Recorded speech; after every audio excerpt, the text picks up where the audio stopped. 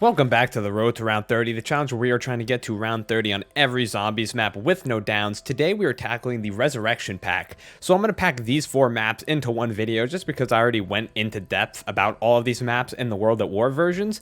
So I'm just going to do 4 of them in this video, super condensed. Let's get right into it. The main difference on these maps are going to be A, we've got Mule Kick, and B, they're going to be a bit easier and harder at the same time. Easier because we've got a good working engine, or mechanics, I guess you could call it. And we've got the Thunder Gun. Although, in World at War for the first 3 maps, not Der Riese though, there was only 24 zombies on the map at a time. A maximum of 24. On Black Ops 1, that's different, so that's going to add some difficulty. But yeah, there's really not going to be too much. I'm just going to cut up these 4 maps really quickly, and then we'll be on the Black Ops 2 after this.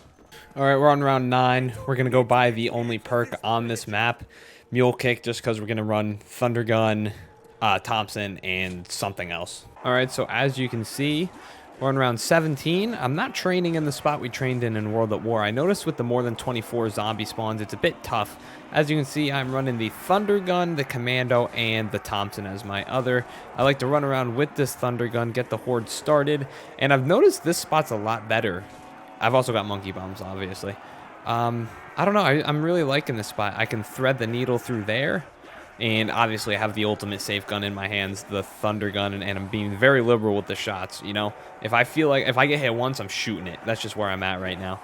I only keep it as a safe gun, though. Like, I'm not really taking out the hordes with the Thunder Gun yet, just because I want to preserve the ammo. I know I just said I was being liberal with it, but I want to preserve the ammo a little bit. This is when I kind of switch over to the Commando, and then the Commando's still doing pretty good at round 17, so I just try to take out as much as the horde as I can, just like this. And as you can see, it definitely does a decent amount of damage. I also have the Thompson, obviously, for the same thing, just because it's a, you know, we got Mule Kick, might as well use it. No other perks to pick from, and it's probably the best wall weapon. So that's the strategy I'm running. Let's hope it can last us 13 more rounds. Sometimes it gets a bit sketchy with the staircase, but like that, you know, usually fine. And if I'm not, I'm blasting them with the Thunder Gun. And at the end of every round, now we're on round 18, doesn't matter how much ammo I have, just because there's no other use for points, we go and buy an ammo refill on our Thompson. And yeah, 12 more rounds, I think we're good. Alright, sometimes I get stuck in this shitty situation. I try to make the best of it, though. That's essentially the best of it, you know? I messed up, but this Thunder Gun gets us out of basically any situation. Okay, I just got hit twice and survived somehow.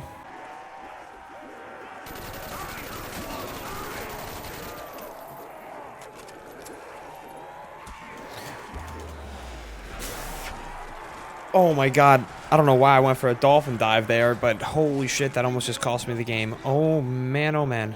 Oh, thank God, dude. I had 2 shots left in my Thunder Gun. That was getting sketchy. Alright. There we go. Alright, feeling good now.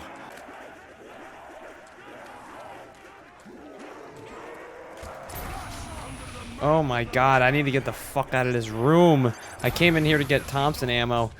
Okay. This room sucks.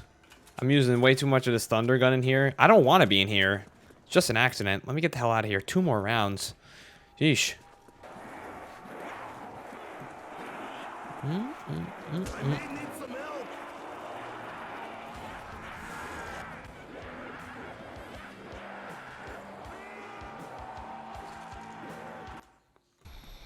Holy shit. Here we go. Alright, I just wanted to commentate over this part. I was playing this at like 2 in the morning with my friend Blake. I'll put his YouTube channel in the description. Subscribe to him. He makes good content. So yeah, I'm just showing you the train I was running. I was on a call with him. We were watching a YouTube video together. That's why I'm talking, but I have this commentary. I'm just showing you the train I'm running. You know, real simple. Round 29, I'm using the Thunder Gun all I can. The weapon loadout I went was the Thompson Ray Gun Thunder Gun. And as you can see, get the train going and just blast them away since it's the last round. Absolutely no problems. The train was tough. This map was tough. But, yeah, here's the end. There we go. Oh my God, I fucking did it. Holy shit, round 30. Oh You guys have no idea how incredibly long and hard this was. Not a fucking clue. Not a clue. This is so much harder. I said in the beginning that this may be easier. We have the thunder gun, but we have the fucking more than 24 zombies around thing. Yeah, it turns out that 24 zombies around thing is more of a blessing than you'd think. There we go. Locking it in. Round 30. I spent days on this goddamned map. And the next time we play it, we're going to be on Black Ops 3. And that'll be a breeze. But I can't wait to never touch the Black Ops 1 version of this again. But now, we hop into another one I had problems with, Verrukt. Alright, Nacht Der Untoten is finished. Now we head on to Verrukt. We had a bit of trouble with this one on World at War, but I know I said this about Nacht Der Untoten. I do feel like Verrukt is going to be easier on Black Ops 1 opposed to harder because, you know, we've got Jug, things like that. I know we don't have the Thunder Gun. I'm going to be running the Winter's Howl, but yeah, let's just get into it. One of the differences that makes this map easier is that we've got Quick Revive, and in Black Ops 1, it'll actually revive you in solo, opposed to in World at War how it doesn't. Although the challenge is to get to round 30 with no down, so we're not going to be buying this. There we go, we got Jug. There we go, got Speed Cola. There we go, we picked up Mule Kick and the Thompson. Gotta run with the Thompson.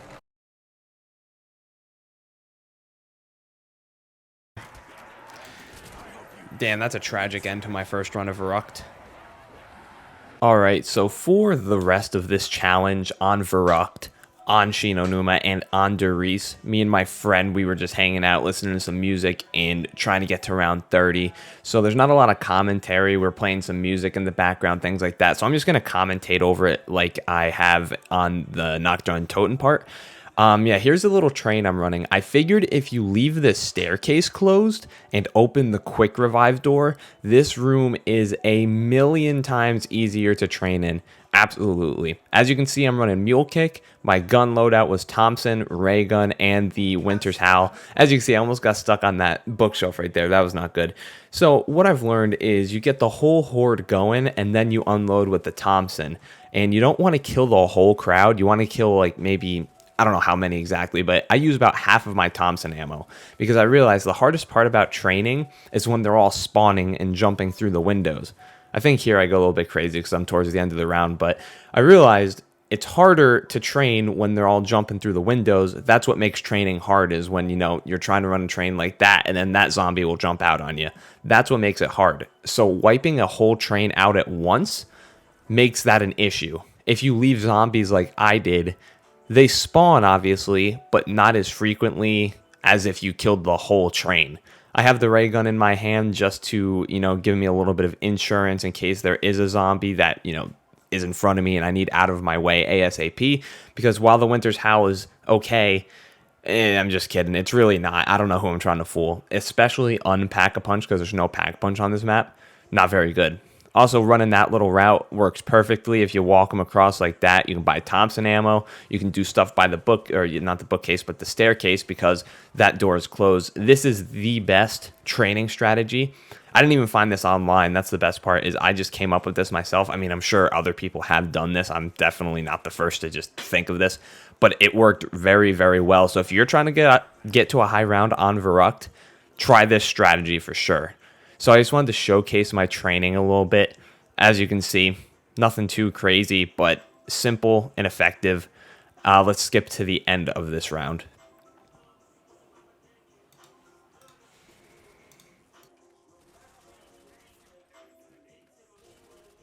Let's fucking go, baby! Let's fucking go! Round fucking 30! That took so fucking long. This map was a bitch. And we got a nuke right at the end of it. Holy shit. This was so fucking tough to develop a strat for. Not harder than Nacht Der Untoten, but fuck, this map was hard. I feel accomplished. Round 30. We let ourselves fucking down now. Round 30. Let's see how many kills we got. 1257, 200,000 points, 491 headshots. Alright, now I gotta do Numa. Unfortunately, my mic cut out for this entire gameplay here for Numa. I don't know if it happened under Riese yet. I didn't get to that in editing. But as you can see on our first door, we got Jug, which I was super appreciative of. Second door, unfortunately, we got Quick Revive, which is useless for us. Third door was Double Tap and Speed Cola, obviously the only two left. Going to take Double Tap, going to take Speed Cola, obviously, especially if we're running that RPK in the beginning. And we end up picking up Mule Kick later. This part was annoying, though. I'm like, all right, there's no other perks it could cycle through. Why don't you just drop right down, you know what I mean? So yeah, got Speed Cola, got our Mule Kick, and that's our perk setup. There we go. It took us till round 19 to get the Wonder Waff, and then right after the Wonder Waff, I finally got the Ray Gun. So up until round 19, I was just running random weapons. There I was debating trading out for the Thompson, which as you can see, I eventually do. But yeah, literally up until round 19, at the end of every single round, I was there hitting the box until I had 0 points. I got so many teddy bears, you know, no luck. But round 19, I got the 2 guns I wanted back to back, Wonder Waff and Ray Gun. As you can see, I'm just running the usual train, you know, there's pretty much nothing else to do on this map. I do things like this. That's kind of what I like to do. I like to hit the trap and then, you know, get another horde, Ray Gun, Wonder Waff them, you know, let the trap recharge. You guys know how Numa works. You know, it's pretty simple, pretty easy, but an underrated map in my opinion. I do think Black Ops 1 is the superior version because on World at War, they still have that 24 zombie to a horde limit where there can only be 24 zombies running around on a map. So heading into this, I was like, is the Black Ops 1 version going to be surprisingly difficult or something? It was not. Obviously, there's more zombies to deal with, but just because of the trap, just because of the good training routes, just because of the Wonder Waff, it still was not an issue whatsoever. So if you haven't played Numa, I do think you're going to get the best genuine experience on Black Ops 1, just because World at War is too easy because of the 24 zombie glitch / limit. And Black Ops 3 is going to be too easy just because it's Black Ops 3, obviously, gobble gums, things like that. Black Ops 1 is the supreme version for this map, and I really like this map. I really do. It's not like a top 10 favorite of all time, but man, this map is underrated. So yeah, this is my train, you know, stereotypical train, Wonder Waff, using the trap, nothing special. Let's skip to the end. Here you can see we're at the very end. Unfortunately, my mic wasn't detecting audio for some reason. You know, a little bit of a celebration, round 30, but this was pretty easy. I did this first try. I was laughing with my friend, first try, because the joke was, it technically wasn't my first try. I think it was my second, because one time on a really good run, first gun I got out of the Wonder Waff, first gun I got out of the box was the Wonder Waff. And then I just didn't get Jug until my last perk, and I just got screwed. I messed myself up. Got a flex for the round 30. There we go. 829 kills. That's just because we were using the trap a lot, because I love that trap. And yeah, now we are on to Der Riese. Let's get there.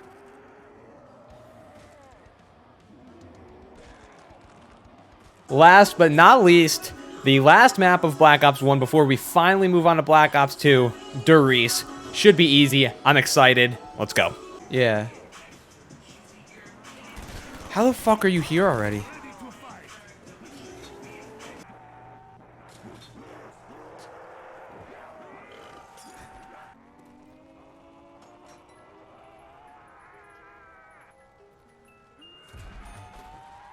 There we go. Nice little ray gun. I'll probably throw that in the Pack-a-Punch machine.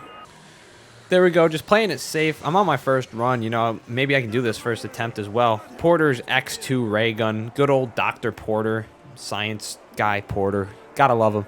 You know what, I'm actually kind of curious what happens when you throw these CZ75s in the Pack-a-Punch, just because every time I get them from the box, I always get a little excited. I always use them for a little bit, and I've never Pack-a-Punched them, so let's see.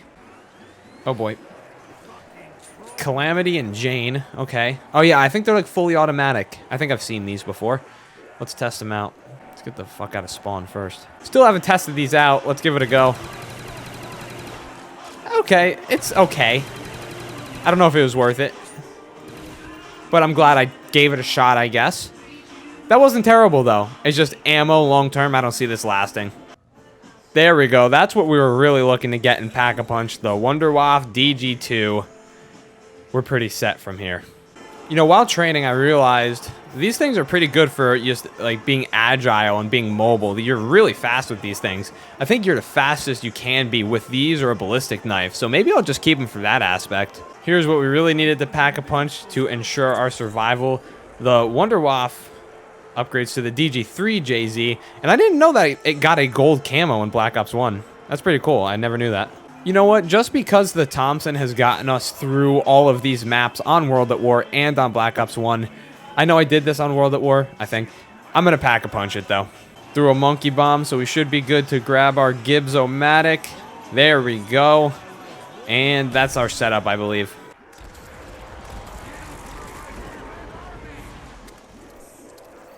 Wonderwaff DG3 coming in. Big clutch right there. Jeez.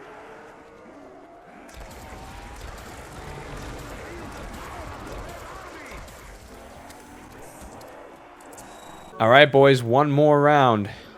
Here we go. Round 29 is a dog round. You couldn't ask for a better round 29. Literally could not ask for one.